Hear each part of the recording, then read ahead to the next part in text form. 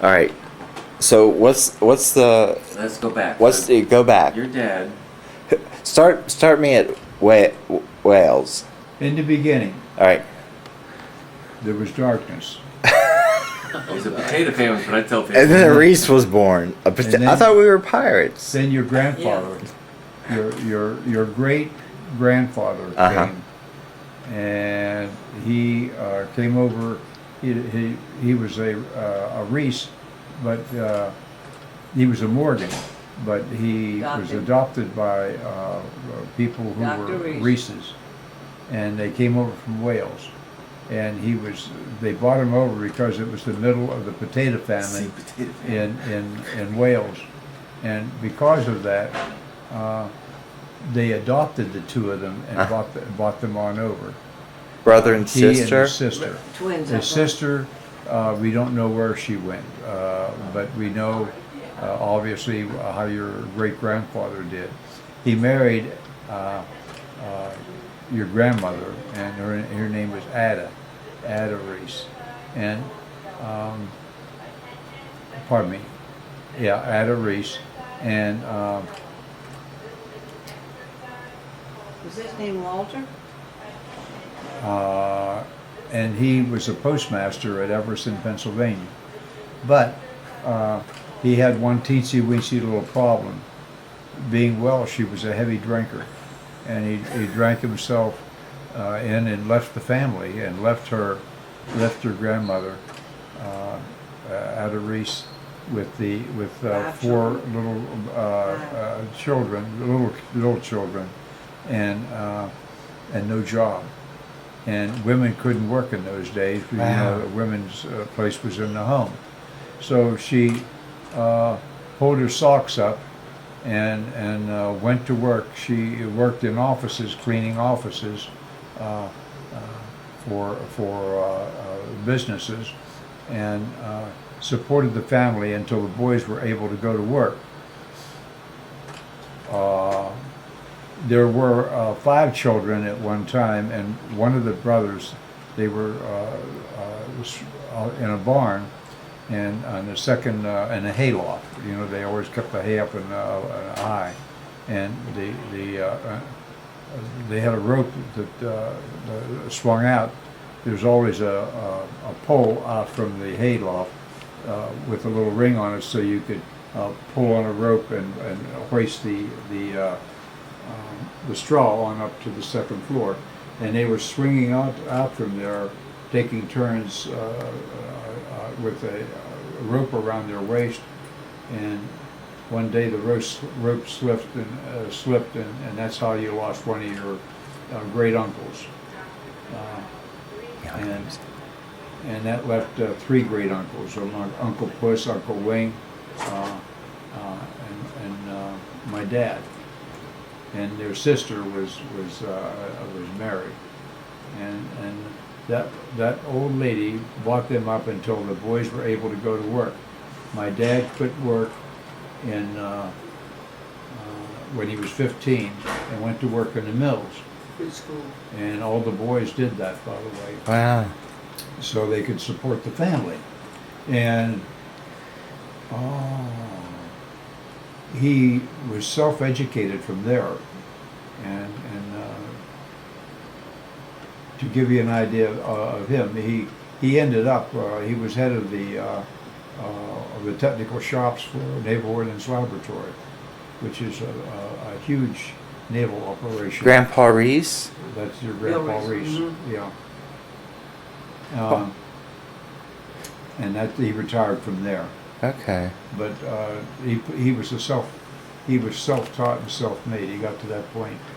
And your Uncle Puss worked an armature winder for the Westinghouse Corporation in Pennsylvania, and he wound armatures and never did anything but winding armatures until the day he retired, and he retired to Everson, Pennsylvania, and that's where the Scottsdale, Pennsylvania, and when my great-grandfather left my grandmother, they lived in Everson, which was just across the river from Scottsdale. So that accounts for your Uncle Puss. Uncle Puss, you have pictures of him in here. And Uncle Wing. The other one was Uncle Wing, and he got, I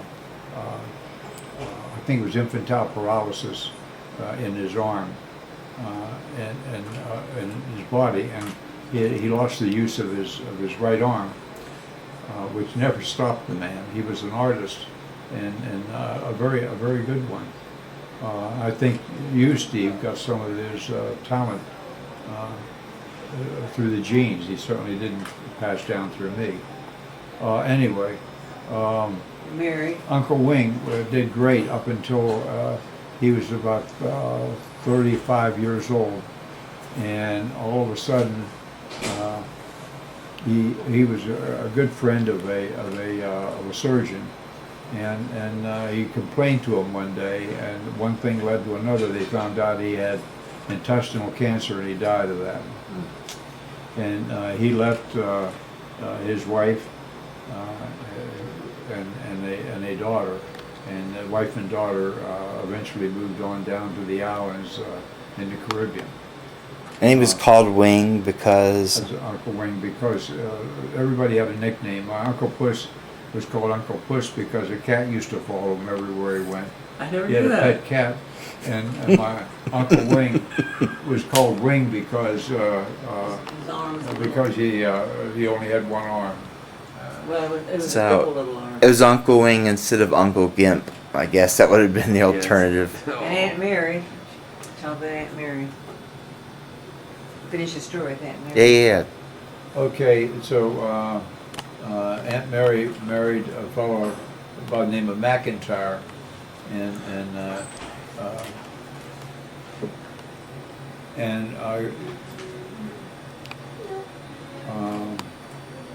let's see, she and Uncle Mac, he worked in the shops in Scottsdale, came down to D.C. after my dad had migrated down there to get a job with the government, and he worked there for about 8 or 9 years, and suddenly had a heart attack, Wow. and they retired him on disability, and he lived for about another 30 years on disability Sitting from around. the federal government, based upon his having had a heart attack. So Aunt Mary had a daughter, only one daughter, and her name was Dorothy, and Dorothy is now living in New Mexico. Albuquerque. Yeah. Albuquerque. Yeah, Albuquerque, New Mexico, and she married a fellow by the name of Leo Davis, and A physicist. Leo was worked with me, as a matter of fact, at NASA. He was a branch manager in the physics area, working on satellites. Cool. Yeah. Smart, And, very smart. so they had 2 boys, and Gary and Paul, and Paul is now living in Georgia. in Atlanta, Georgia, and his brother Gary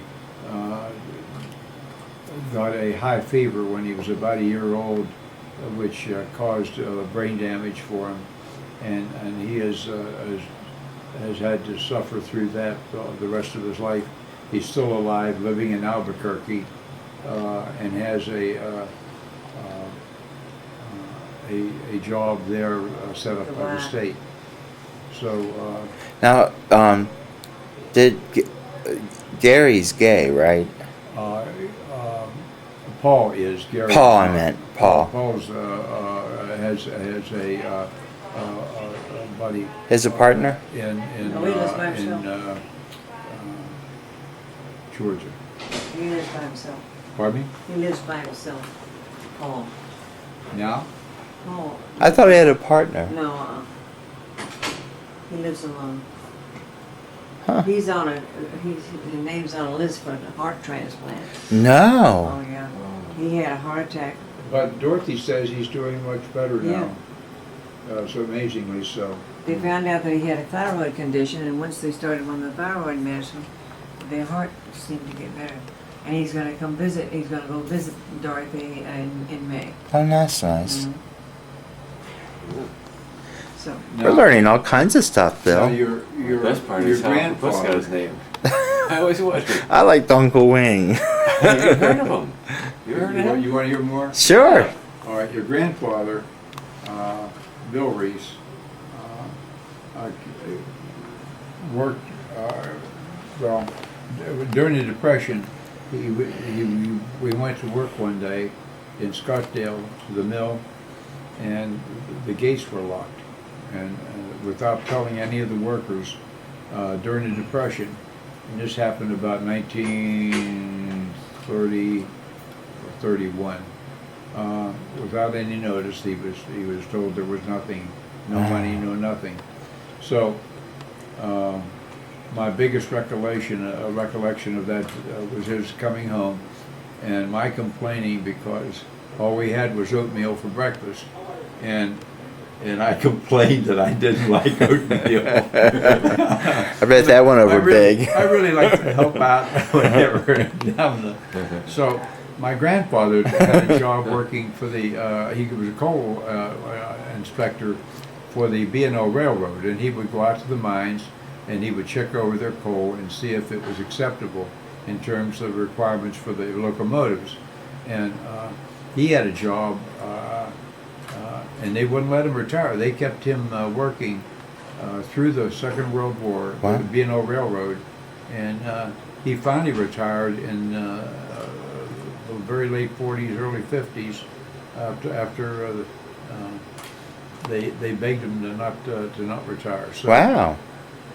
my dad, here we were in Scottsdale, and we were in deep trouble. So my grandfather invited us to come live with them over in Connellsville, Pennsylvania, and my dad called him the nicest man he'd ever known. And he was. And he smoked 10 cigars a day.